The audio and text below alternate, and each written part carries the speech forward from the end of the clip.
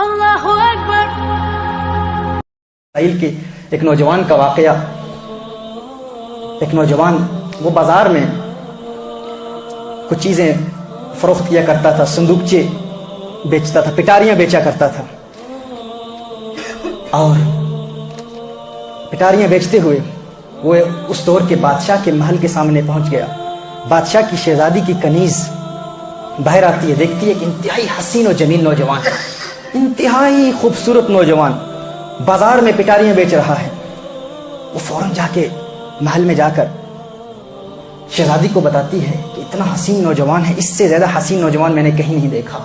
شہزادی کہتی ہے فوراً کسی بہانے سے اسے محل کے اندر لے آؤ۔ وہ اسے کہتی ہے ہم تجھ سے جو چیزیں تو فروخت کر رہا ہے خریدنا چاہتے ہیں، تو محل کے اندر آ جا۔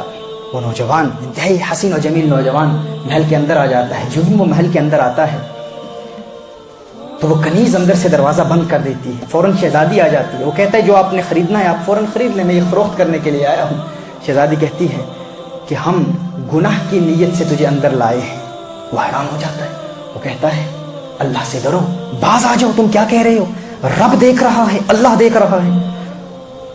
وہ شہزادی کہتی ہے کہ اگر تو نے ہماری بات نہ مانی تو ہم بادشاہ کو بتائیں گے کہ تو زبردستی اندر آ گیا ہے، تو جبرن اندر آ گیا ہے۔ اس نے بڑی نصیحت کی، بہت سمجھانے کی کوشش کی۔ اس نے کہا کہ اس سے اللہ کا غضب نازل ہوگا، اللہ ناراض ہوگا، باز آ جاؤ، تم کیا کہہ رہی ہو؟ انہوں نے اس کی بات نہ مانی۔ اس نے کہا اچھا اگر تم میری بات نہیں مانتی تو مجھے وضو کا موقع دو، وضو مجھے کرنا ہے، میں نے وضو کرنا ہے۔ شہزادی نے کہا یہ بہانے بنا رہا ہے تاکہ کسی طریقے سے یہاں سے فرار ہو جائے۔ ایسا کرو کہ اس محل کی چھت پر اسے وضو کے لیے جگہ دے دو تاکہ چھت سے یہ کہیں فرار نہ ہو پائے۔ اسے چھت پر لے جایا جاتا ہے، وہ چھت پر جاتا ہے۔ جب وہ چھت پر پہنچتا ہے تو دیکھتا ہے کہ یہ محل کی چھت 40 گز لمبی ہے۔ اوپر جا کے کہتا ہے اللہ ہے میرے اللہ، میں نے ساری زندگی گناہوں سے اجتناب کیا، گناہوں سے بچتا رہا، آج یہ شہزادی مجھے گناہ کرنے پر مجبور کر رہی ہے اللہ مجھے گناہ سے اتنی نفرت ہو چکی ہے کہ میرے اللہ میں اس چھت سے چھلانگ لگانے کو گناہ کرنے پر ترجیح دیتا ہوں، اور میں یہاں سے چھلانگ لگا کر گناہ سے بچنا چاہتا ہوں۔ اب دیکھیے ایک انسان چھت سے چھلانگ کیوں لگانا چاہتا ہے؟ کیونکہ اسے ترک لذت کی لذت مل چکی ہے، اسے گناہوں کی لذت کو ترک کرنے کی لذت مل چکی ہے۔ جسے یہ چاشنی مل جائے، جسے یہ کیف و سرور مل جائے، پھر اسے گناہ سے نفرت ہو جاتی ہے۔ وہ انر فیلنگز، وہ انر ٹرانکویلٹی، وہ پیس آف مائنڈ، وہ پیس آف ہارٹ، وہ سکینہ قلب جب انسان کو مل جائے تو پھر گناہ سے اسے نفرت اتنی ہو جاتی ہے کہ وہ کہتے ہیں اللہ اس گناہ سے بہتر ہے کہ میں اس چھت سے چھلانگ اللہ الرحمن الرحیم پڑھتا ہے، چھت سے چھلانگ لگا کر نیچے گرتا ہے۔ اللہ ایک فرشتہ آسمان سے بھیجتا ہے جو اس کو اس کے دونوں بازوؤں سے پکڑ کر زمین پہ کھڑا کر دیتا ہے۔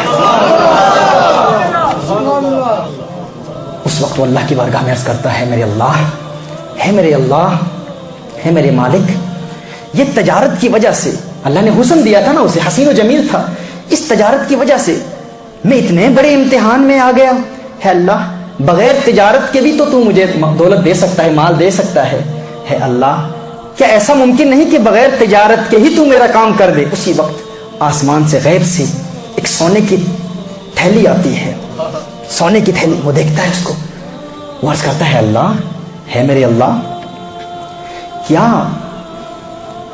یہ میری دنیا کی روزی ہے؟ اگر یہ میری دنیا کی روزی ہے تو اس میں برکت ڈال دے، لیکن یہ جو آسمان سے تو نے مجھے سونا عطا کیا ہے میرے اللہ، اگر یہ سونا، یہ نعمت جو تو نے مجھے دی ہے، اگر مجھے آخرت کی کسی نعمت سے محروم کر رہی ہے تو یہ مجھے نہیں چاہیے، یہ مجھے نہیں چاہیے۔